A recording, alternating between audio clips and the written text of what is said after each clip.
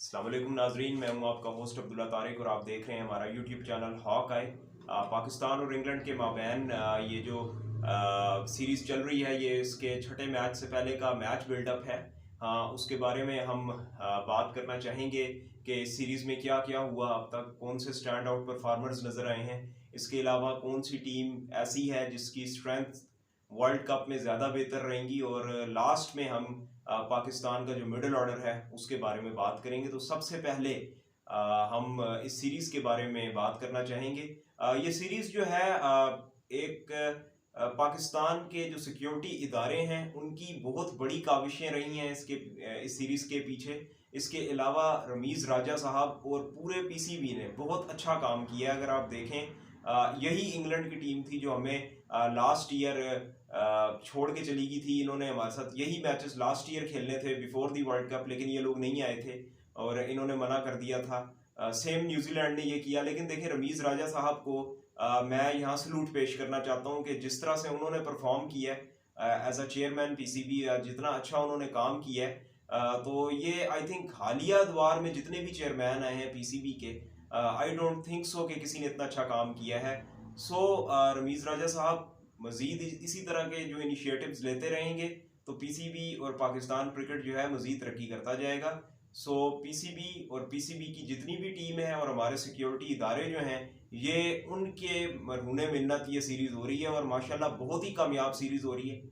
Crowd का response बहुत अच्छा था। 1,27,000 लोग जो थे, उन लोगों ने इस सीरीज़ में जो कराची में इनकाउंटर्स हुए वो मैच देखने के लिए आए। और इसके अलावा 2 सितंबर वाले दिन लाहौर में जो टिकट्स थे वो ऑलरेडी सेल हो चुके थे, छोटे टिकट्स। तो आप इससे अंदाज़ा लगाएं कि इस सीरीज़ का लोगों में कितना ज़्यादा जोश व खरोश है लोगों का इस सीरीज़ के लिए। सो आई थिंक कि पाकिस्तान के लिए बहुत पॉजिटिव साइन है, क्योंकि 2023 का एशिया कप जो है वो हमने होस्ट करना है। पाकिस्तान में 50 ओवर का एशिया कप है। ये वर्ल्ड कप 2023 जो 50 ओवर का होगा उससे पहले का ये बिल्डअप होगा। सो बड़ी अच्छी पाकिस्तान क्रिकेट इस टाइम जा रही है और क्रेडिट गोज टू रमीज़ राजा साहब अगेन। पाकिस्तान और इंग्लैंड के दरमियान जो अब तक मैचेस हुए हैं तकरीबन सारे ही नेल बाइटिंग हुए हैं। पहले मैच में सिर्फ जहां हमें लगा कि हम जी थोड़ा सा 80 प्लस का हमने ओपनिंग स्टैंड लिया, लेकिन फिर हमारी 8 विकेटें वो गिर गई थी, जल्दी से हम हार गए थे। सेकंड मैच देखें, फिर हम बहुत अच्छा खेले, बाबर ने और रिजवान ने आपको मैच जिता दिया सिंगल हैंडेडली। जो तीसरा मैच था, again individual brilliance of Mark Wood.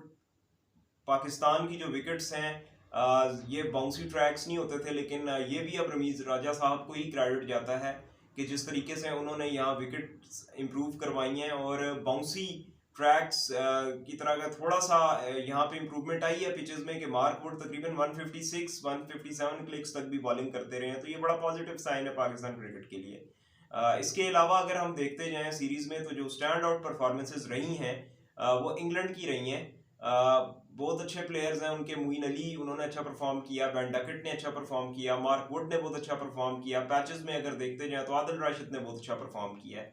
और पाकिस्तान की तरफ से भी जो परफॉर्मेंसेज हुई हैं उसमें हारिस रऊफ ने अच्छा परफॉर्म किया है। बड़ी अच्छी बॉलिंग उन्होंने की है, पूरा मैच जिता दिया उन्होंने। मेन 3 विकेटें उन्होंने हासिल की और आपको मैच जितवाया था। ये सेकंड लास्ट मैच था। पिछला मैच आपको आमिर जमाल ने जितवाया। बहुत शानदार ओवर किया, क्योंकि आजकल की मॉडर्न डे क्रिकेट में 15 रन का ओवर कहीं भी कोई भी सेट प्लेयर खड़ा है तो वो मुश्किल नहीं होगा। सो बहुत अच्छी उन्होंने बॉलिंग की है।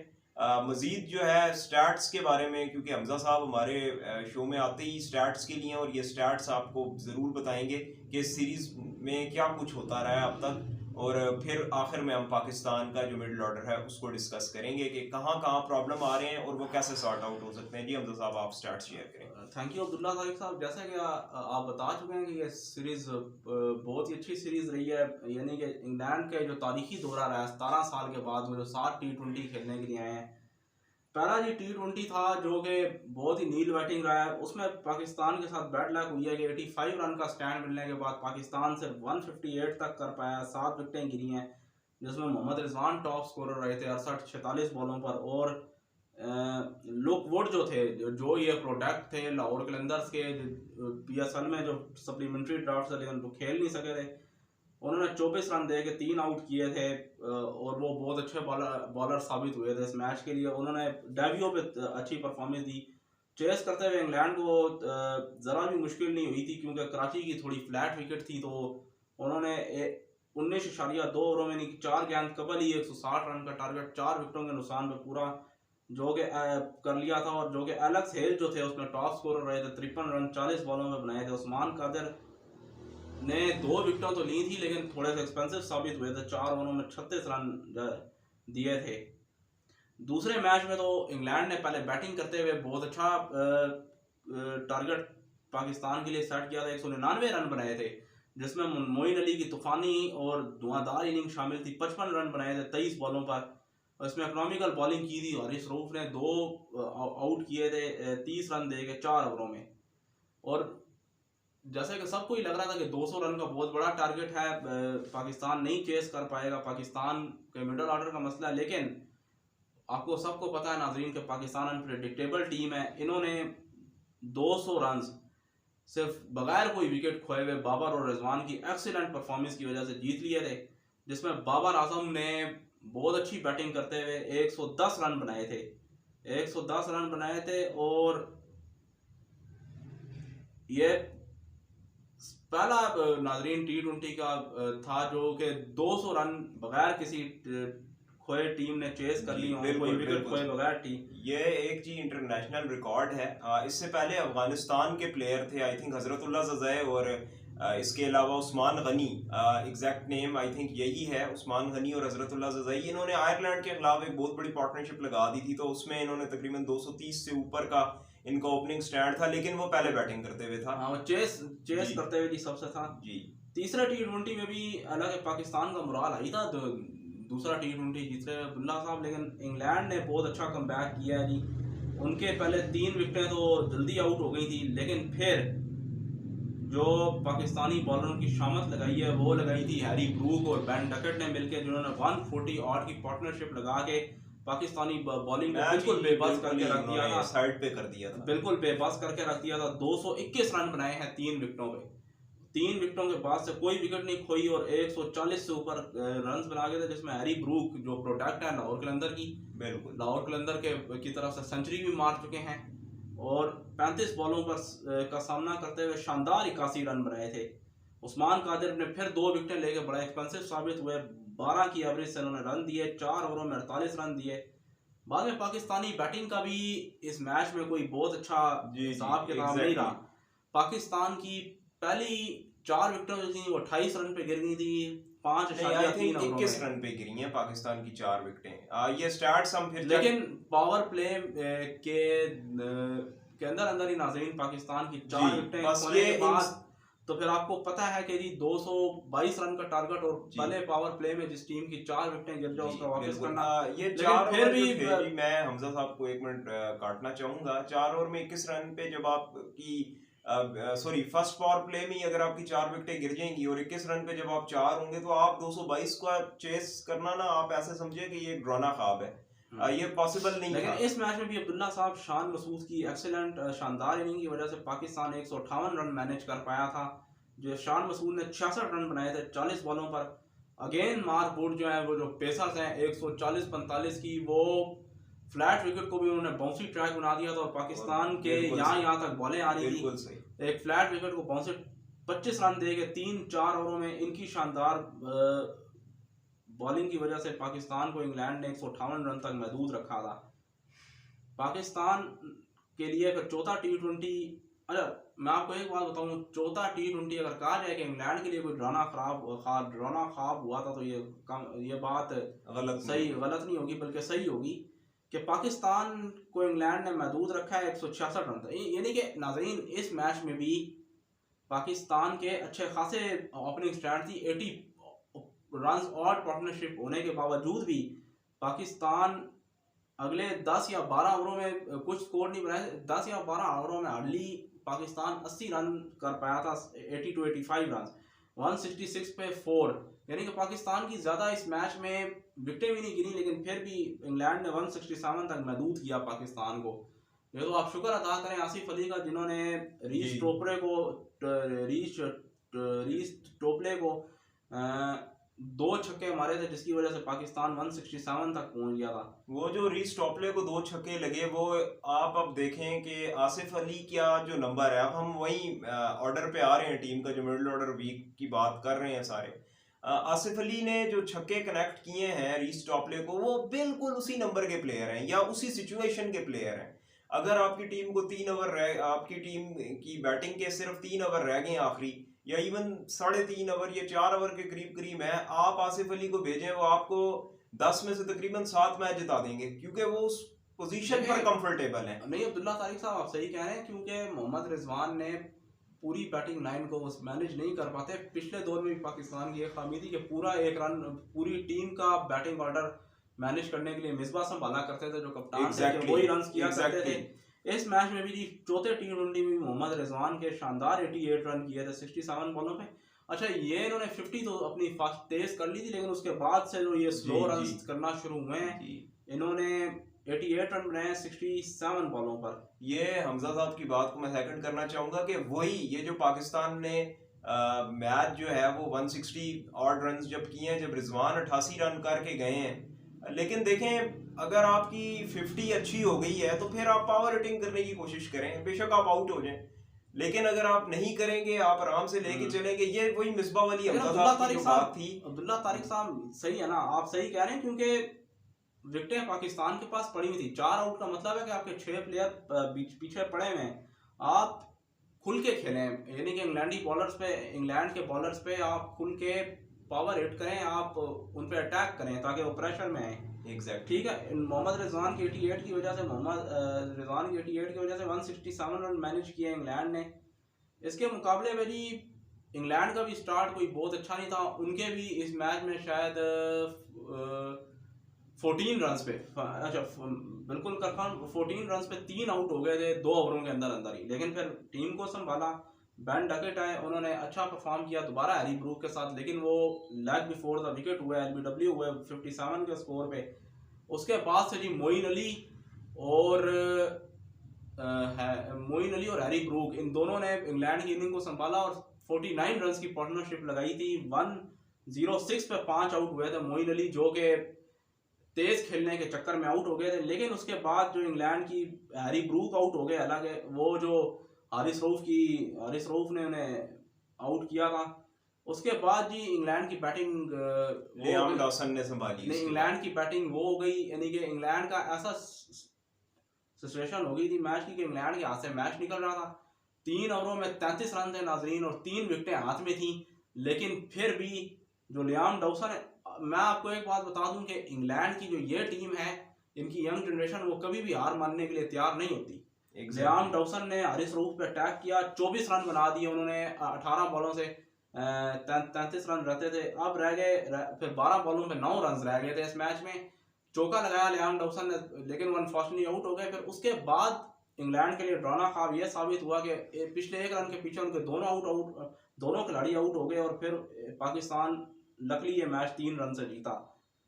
5वां T20 जो था, वो जो पाकिस्तान के दोबारा मिडल ऑर्डर फ्लॉप, यानी कि इस मैच में बाबर और रिजवान की जोड़ी ने भी सिर्फ 17 रन जोड़ पाए, और वो पहली गेंद पे पहली विकेट 17 रन पे गिरी, जब वो बाउंसी विकेट पे बाबर आजम वो पुल शॉट खेलते हुए आउट हुए। क्रिस वोक्स ने आउट किया उन्हें। और असल में लाहौर में यही है कि ये जो आपकी लेग साइड की बाउंड्री है, ये काफी छोटी समझी जाती है, तो बहुत सारे जो प्लेयर्स हैं उसको लेग साइड पे हिट करने के चक्कर में आउट हुए हैं। हमारे प्लेयर्स भी बहुत सारे इसी तरह आउट हुए हैं, इंग्लैंड के प्लेयर्स भी इसी तरह आउट हुए हैं। उसके बाद अब्दुल्ला तारिक साहब, बाबर आजम के आउट होने के बाद शान मसूद और मोहम्मद रिजवान थोड़ा स्लो खेले, लेकिन मोहम्मद रिजवान ने भी अच्छी बैटिंग की, लेकिन शान मसूद एक खराब शॉट खेलते हुए आउट हो गए। रैंप मार रहे थे पीछे की तरफ और आउट हुए पीछे। लेकिन उसके बाद फिर 6 ओवरों में पाकिस्तान के 43 रन थे, 2 आउट थे। फिर पाकिस्तान की बैटिंग नहीं संभल पाई, फिर पाकिस्तान की बैटिंग को आके संभाला चाचा इफ्तिखार अहमद। और इफ्तिखार अहमद जी हमारे जो क्रिकेटिंग फैमिली है उसमें चाचा के नाम से मशहूर है, तो हम भी उन्हें चाचा ही कहते हैं, जैसे अफरीदी को लाला कहते हैं। तो इफ्तिखार अहमद साहब का पाकिस्तानी टीम के यानी कि निक नेम है, जैसे कि हर टीम के होते हैं। इफ्तिखार अहमद ने और रिजवान ने आके संभाला, फिर इफ्तिखार अहमद यानी कि अनफॉर्चुनेटली 15 रन पे आउट हुए, लेकिन उसके बाद पाकिस्तानी बैटर्स की लाइन लग गई। फिर आसिफ अली एक चौका मारने के बाद और एक सिंगल लेने के बाद 5 रन पे आउट हो गए मार्क वुड की यानी मार्क शायद सेम करन की डिलीवरी पर आउट हो गए।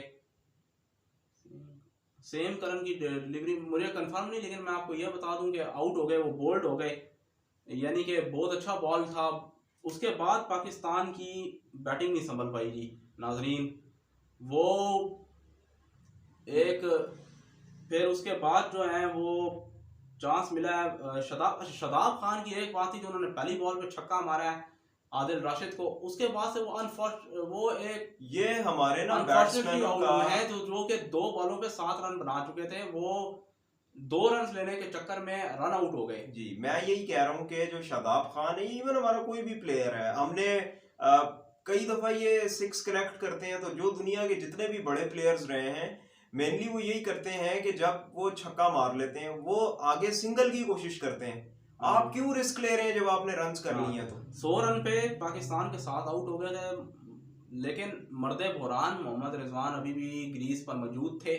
मोहम्मद रिजवान ग्रीस पे मौजूद थे, उन्होंने अच्छी बैटिंग की। अनफॉर्चुनेटली 131 पे आउट हो गए मोहम्मद रिजवान, लेकिन उससे पहले वो कर चुके थे। लेकिन फिर हारिस रऊफ और मोहम्मद वसीम जूनियर ने रिस्पॉन्सिबिलिटी ली। 14 रन उन्होंने पार्टनरशिप में लगाए 145, और नाज़रीन मेरी माने तो 14 रन पाकिस्तान को जिता गए, काम आ गए। अच्छा, फिर इंग्लैंड ने भी कोई बहुत अच्छा स्टार्ट नहीं रहा, उनका भी पावर प्ले में 3 विकेटें गिर गई, उन्होंने 35 रन स्कोर किए। 5वें मैच का जो व्लॉग है जी वो हमने कल भी मैंने 35 रन किया था, तो मैंने यही कहा था कि मोहम्मद नवाज जो हैं वो बड़े अच्छे बॉलर समझे जाते हैं। ऊपर से उन्होंने एलेक्स सेल्स को आउट किया है, उसके अलावा फिल शॉर्ट भी आउट होते जा रहे हैं, आउट ऑफ फॉर्म ही चल रहे हैं वो इस सीरीज में। फिर बैन डकेट को भी जल्दी आउट किया हमने, मलान आलू खेलते रहे थोड़ा सा, लेकिन यह है कि इंग्लैंड की जो विकेटें हैं तसलसल से गिरी हैं पिछले मैच। मेरे ख्याल में मैं अब्दुल्ला तारिक साहब की बात को सेकंड करूंगा, इंग्लैंड के स्लो खेलने की वजह से डेविड मलान को फेयरलेस खेलना चाहिए था पाकिस्तान बॉलर्स के सामने, यानी कि वो 35 बॉलों पे 36 रन बना के एलबीडब्ल्यू हुए। उसके बाद जी जो इंग्लैंड की टीम के मर्द बुरान है मोइन अली, वो पहले स्लो खेले हैं, लेकिन उन्होंने वो जो स्पिन का जो बॉल था, जो बहुत स्पिन हो रहा था, यानी कि वो फिर उन्होंने टाइम गुजारा, लेकिन फिर सेम करन ने भी आगे बैटिंग की। 17 रन पे सेम करन आउट हुए, वो बहुत लकली कैच था, वो ना पकड़ा जाता तो शायद 5वें T20 का आपको नाजरीन कोई मुख्तलिफ रिजल्ट सुनने को मिलता या देखने को मिलता। जी बिल्कुल। अब है नाजरीन 6 T20, इसके बारे में ये प्रेडिक्शन है कि इंग्लैंड अब कम बैक करने की कोशिश करेगा, वो फुल स्ट्रेंथ टीम के साथ खेलेंगे। एक नाजरीन लाहौर का ये भी है कि सेकंड इनिंग में तो पाकिस्तान अच्छी बॉलिंग, लेकिन ड्यू फैक्टर होता है, बॉल गीला हो जाता है, बहुत अच्छा पॉइंट, ग्रिप नहीं हो पाता। इस वजह से जो टीम भी मेरा ख्याल से टॉस जीतेगी वो पहले बैटिंग की तरफ जाएगी। वो उन्होंने पता है कि पहले बैटिंग करके 170 to 180 रन कर लेंगे तो ये चेस डिफेंडेबल टोटल है, और वो आराम से अपने 2 स्पिनर्स खिला के, जैसे कि पाकिस्तान के पास 2 स्पिनर है मोहम्मद नवाज और शादाब खान, और इफ्तिखार अहमद जो है ये भी 4 ओवर बहुत इकोनॉमिकल इन्होंने 2 मैच में निकाले हैं। हालांकि पाकिस्तान के पास 3 स्पिनर, अब इंग्लैंड भी शायद यही चेंज है कि एक पेसर को बैठा के लियाम डॉसन को लाएगा। जी बिल्कुल सही, उनके पास भी 2 स्पिनर, लेकिन उनके पास भी 3 स्पिनर हैं, क्योंकि मोइन अली भी बॉलिंग करते हैं, वो भी रेगुलर बॉलर हैं। मैं हमजा साहब की बात को मैं भी सेकंड करूंगा कि इंग्लैंड की टीम इस मैच में ना आपके खिलाफ ऐसे आएगी जैसे वो 222 रन करके आई थी। आप अगर इनको इजी लेंगे अगले मैच में तो पाकिस्तान ने कोई चांस नहीं है। पाकिस्तान ने कभी इजी नहीं लेना है, क्योंकि इंग्लैंड की ऐसी टीम है जो ये इनकी न्यू बॉर्न टीम है, ये हारना नहीं जानते, ये हर मैच छीनने की कोशिश। बात असल में यही है कि इंग्लैंड ने जब से मॉडल बदला है ना, तो वो बहुत ही पावरफुल किस्म की बैटिंग यूनिट उनका हो गया और बड़ी स्ट्रांग टीम होगी। मेरी प्रेडिक्शन ये है कि जी ये 17 साल के बाद ये सीरीज हो रही है, इंग्लैंड पाकिस्तान है, पहला फेज है सीरीज का। जो अगला फेज है इंशाल्लाह वो हमारे यहाँ दिसंबर में होगी टेस्ट सीरीज, तो उसमें बहुत बड़े बड़े प्लेयर्स आएंगे पाकिस्तान। सो मैं यही कह रहा हूँ कि जितनी भी ये सीरीज हुई है अब तक बहुत आउटस्टैंडिंग हुई है, तो मैं चाहता हूँ कि कल पाकिस्तान इस सीरीज को रैप अप करे, पाकिस्तान इसको जीत ले। क्योंकि अब्दुल्ला तारिक साहब आप सही कह रहे हैं, पाकिस्तान रैप अप कर ले, क्योंकि अगर इस सिचुएशन से पाकिस्तान ने इंग्लैंड को चांस दे दिया सीरीज में वापस आने का, तो मुझे ऐसा लग रहा है कि इंग्लैंड ये सीरीज जीत भी सकता है, अगले 2 मैच जीत कर ये पाकिस्तान बड़ी टीम्स ऐसी ही करती हैं जी। आप अगर देख लें ऑस्ट्रेलिया, बिल्कुल जिन्होंने 2021 का जो वर्ल्ड कप था उनकी जो कैंपेन थी वो बड़ी वर्स्ट रही है, वो लेकिन देखें आखिर में बड़ी टीमें जीती अब्दुल्ला तारिक इसी साहब, तरह। उन्होंने इंग्लैंड ने उन्हें उनकी दानी याद दिला दी थी। इंग्लैंड ने उन्हें T20 वर्ल्ड कप में बहुत बुरा लाया था और ऑरेंज फिंच जो उनके कप्तान, उन्होंने तस्लीम किया था कि इंग्लैंड से हारने के बाद हमने सारी अपनी अप्रोच चेंज की है जो कि उन्हें वर्ल्ड कप जीतने में उन्हें फायदा दिया है। बिल्कुल सही।